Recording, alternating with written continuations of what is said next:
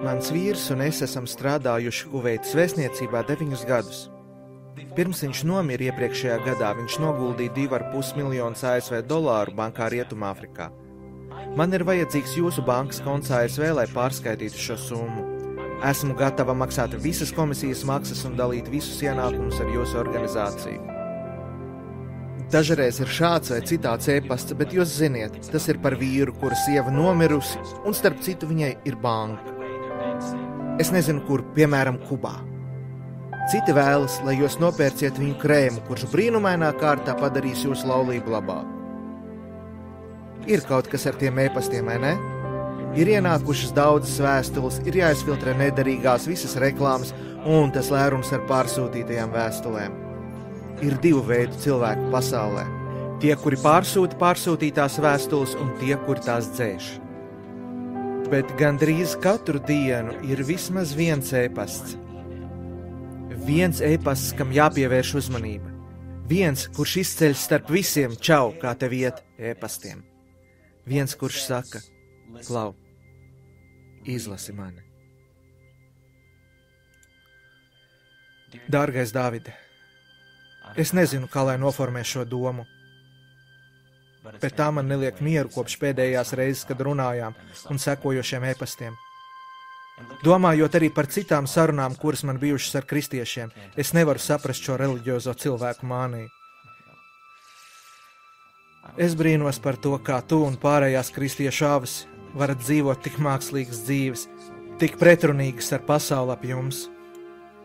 Ko tu dari ar pierādījumiem, Dāvidi, kuri visi norāda uz neizbēgamo faktu, ka Dievs neeksistē? Nav nekādu taustāmu pierādījumu, nekādu empirisku datu, kas liecinātu cilvēcei, ka pārdabiskais eksistē. Ir lietas, kuras droši var zināt, tikpat reāls kā ekrāns, ko tu redzi savā priekšā. Lietas, kuras ir zinātniski pierādāmas, un reliģija, protams, nav viena no tām. Lieto savu prātu, Dāvid. Dieva vienkārši nav. Lūdzu, padomā par to. Aleksis.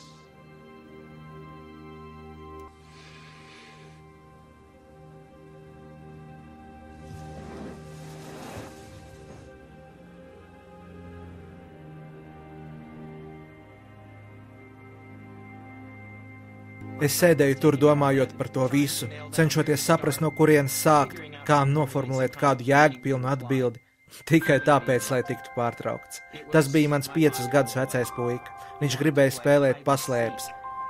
Es teicu, ka man vajag pabeigt savus e-pastus, bet 5-gadīgā reizēm var būt ļoti uzstājīgi. Un tur nu es biju, ar savu dēlu, kurš gribēja uzspēlēt spēli, un draugu, kurš teica, ka visa mana dzīve ir spēle. 1, 2, 3, 4, 5, 6, 7, 8, 9, 10. Well, you're not. Here I come. Matrača poza ir ļoti ērta poza, man liekas, ja tu esi matracis. Bet tēvam, gaidot šķietami neiedomājami ilgu laiku, lai tiktu sava dēla atrastam, tas varētu būt, kā lai to pasaka, nedaudz neērti. Tur nu es biju, pa pusē gaidot, lai mani puikas mani atrastu, un pa pusē domājot par Alekša e-pastu. Kā tas var būt, ka kaut kas, ko es tik skaidri redzu? Viņš saka, ka neredz vispār. Ir miljoniem cilvēku, kuri apgalvo, ka viņiem ir attiecības ar šo Dievu, un atkal miljoniem cilvēku, kuri saka, ka Dieva nav. Tas ir kā no krēslas zonas. Iztēlojieties, jūs aiziet paēst uz kafejnīcu, piceriju, itāļu, un kāds pasūta ēdienu, kāds sēž tur un saka, ak, ēdiens ir tik garšīgs, bet ir arī cits cilvēks, kas saka, nekāda ēdiena nav, pīca neeksistē. Ko? Pīca vai nu tur ir, vai nu nav.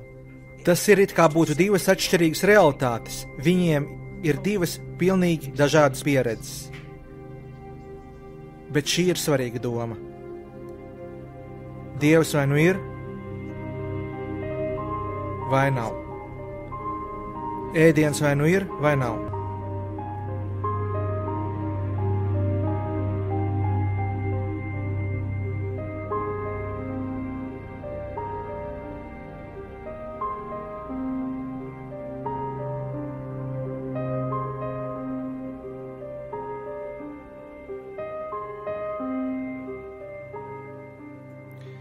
Filosofi to pasacītu šādi. Viņi teiktu, ka universs savā pašā pamatā ir vai nu dabisks, vai pārdabisks. Dievs vai nu eksistē, vai nē. Es domāju, pica vai nu tur ir, vai nav. Aleks saka, ka Dieva nav. Bet es zinu, ka viņš ir. Es zinu, ka viņš ir. Es zinu, ka Dievs ir tieši tāpat kā to, ka eksistēju. Tādā pašā veidā, kā es zinu, ka dzīve ir jēgpilna, ka lietas kā ģimene, draudzība un attiecības ir svarīgas. Es zinu, ka viņš ir. Es zinu, ka ir kaut kas vairāk par to, ko redzam sev apkārt. Ir kaut kas vairāk. Kaut kas vairāk. A thing resounds when it rings true, ringing all the bells inside of you. Like a golden sky on a summer eve, your heart is tugging at your sleeve and you cannot say why. There must be more.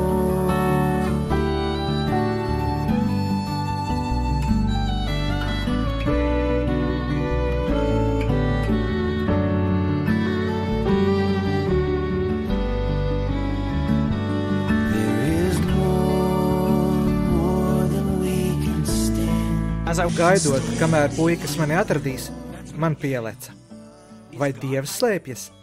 Varbūt Dievs nav mainīgais. Varbūt cilvēks ir. Es to saprotu tā, ka Dievs ir, bet cilvēkam ir dažādi piedzīvojumi ar viņu. Ne tāpēc, ka Dievs ir dažāds, bet tāpēc, ka cilvēki ir dažādi. Un cilvēki ir dažādos atrašanas līmeņos, jo ir dažādi meklēšanas līmeņi. Redziet, Dievs ir nemainīgs, cilvēks ir mainīgais. Tas man atgādina kaut ko no ebreju rakstiem. Jeremija saka, ja jūs mani meklēsiet, jūs mani atradīsiet, kad jūs no visas sirds mani meklēsiet. Dievs apgalvo, ka viņu var atrast. Varbūt jautājums nav par to, vai Dievs ir, bet par to, ka mēs dažreiz nevēlamies, lai viņš būtu. Viens no senajiem psalmiem saka šādi. Muļķis saka savā sirdī, Dieva nav. Dievs šeit lieto vārdu muļķis, jo tas, ko cilvēks dara, ir muļķīgi. Viņš aizliedz Dievu tanī pašā vietā, tajā telpā, kurā Dievs viņam sevi atklāja, precīzāk viņa sirdī. Dziesma turpinās. Tas kungs skatījās no debesīm uz cilvēku bērniem, lai redzētu, vai ir kādi, kuri saprot un meklē Dievu. Dievs skatās, lai saprastu tos, kuri apgalvo, ka Dieva nav. Viņš skatās lejā un saka, viņi ir aizrāvušies ar ko citu.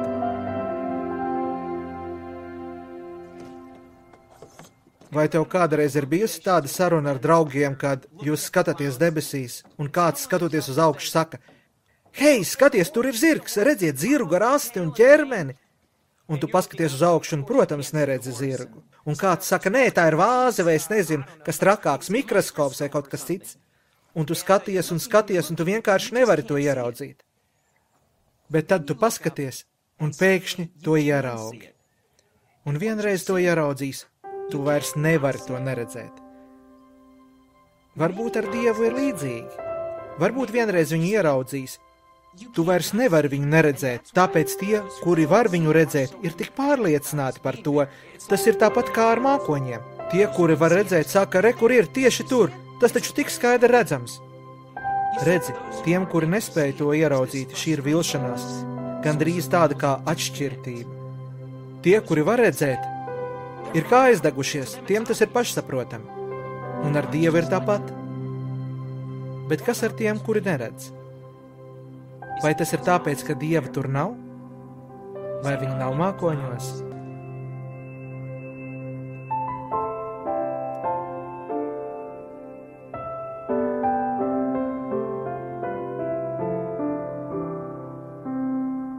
Pāvils vēstulē draudzē Romā saka kaut ko, kas ir interesants un neparasts. Viņš saka, Dieva neredzamās īpašības ir skaidri redzamas. Padomā par to. Neredzamais ir redzams? Šī ideja par Dieva neredzamību ir kaut kas, ko Bībeles rakstnieki apgalvoja nekautrējoties. Viņi saka, jā, Dievs ir neredzams, bet tad viņi saka, viņu var ieraudzīt. Tas šķiet paradoksāli, gandrīz pretrunīgi, vai ne? Bet tas tā nav, jo vienreiz viņu ieraudzījis, tu nevari viņu vairs neredzēt. Runa nav par informāciju, bet vēlēšanos, patiesu vēlēšanos. Jēzus pats Jāņa evaņģēlijā teica šādi. Viņš teica, ja kāds cilvēks vēlas darīt manu gribu, tad viņš sapratīs manu mācību. Citiem vārdiem sakot, kad runa ir par Dievu pazīšanu, viņa meklēšanu un viņa eksistences saprašanu, es gribu ir daudz svarīgāks nekā jūsu IQ. Ļauj man tev uzdot jautājumu. Kāpēc tu gribi viņu atrast? Vai varbūt labāku jautājumu? Kāpēc tu negribi viņu atrast? Daži cilvēki cīnās ar šo jautājumu par Dievu un viņa eksistenci. It kā tas būtu kāds intelektuāls vingrinājums, kāds prāta uzdevums. It kā visur esošais universa Dievs kaut kā varētu tikt iebāzts 1,5 kilogramā smadzeņu. Klausies, tu atradīsi Dievu.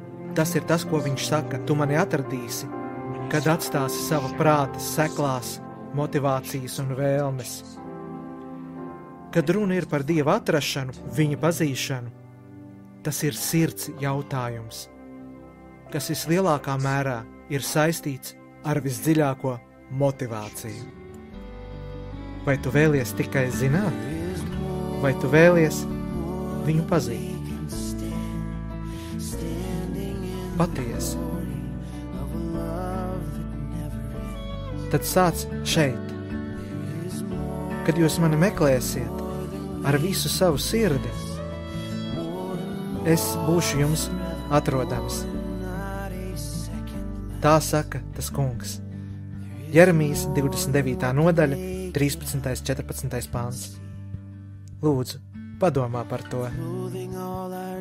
Dāvids. Watching over everything, wilder than our wildest dreams could ever dream.